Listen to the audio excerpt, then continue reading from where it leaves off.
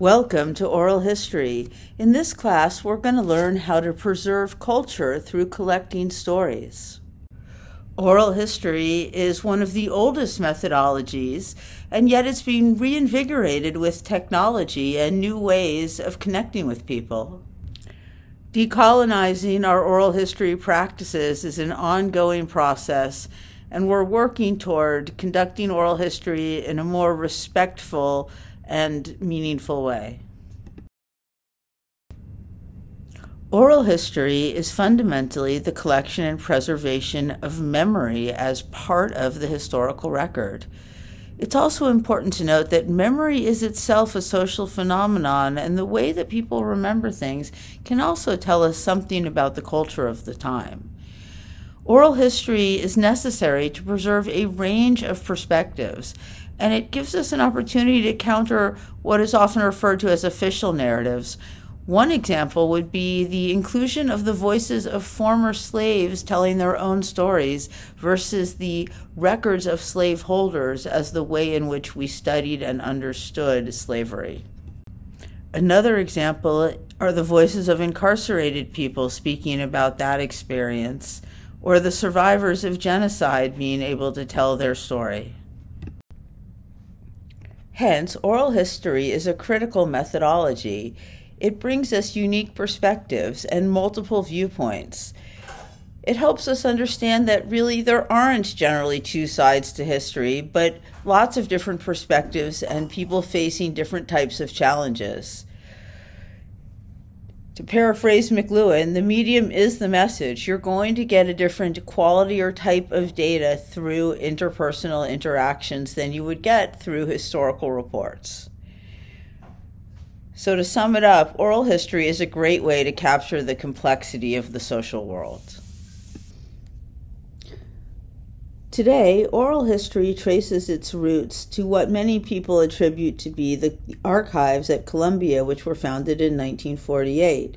UC Berkeley and UCLA also had major oral history projects that date back to the 1950s. The Oral History Association was founded in 1967, and starting in around the 1970s, we saw a strong focus in oral history on the stories of those with less access and less privilege. However, I think it's important to note that indigenous cultures and traditions have been employing oral history in this way for thousands of years. What makes a project oral history rather than just an interview project? It's fundamentally about what you do with the data. First of all, oral history, like most interviews, has to be recorded. You've got to collect the data in a way that means it can last. You're going to have to process that data. In the case of both interviews and oral history, that usually means transcripts. But in the case of oral history, you need to have a full transcript. And you might even need to transcribe for additional things like vocal cues, pauses, tone of voice. Finally, you've got to archive this data. And you need to do all these things for the last reason that oral history has to be made available to people. It has to be something that people can take a look at themselves and possibly even interpret in different ways. People sometimes question the reliability of oral history. After all, it relies on memory, and as we all know, memories can be fallible.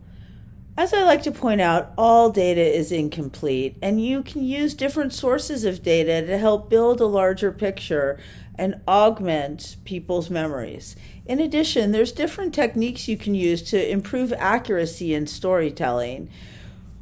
One example might be to have an anchor. When people have an anchor in time, they're usually much more accurate about time periods than when they aren't using an anchor. What I mean by an anchor is reference to an event that we can accurately date. An example of this for me would be that my brother's 18th birthday was the LA uprising.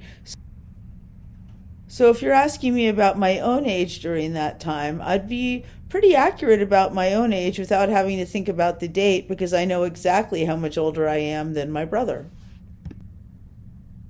Thanks for watching, and I'm looking forward to hearing what you decide to do for your project.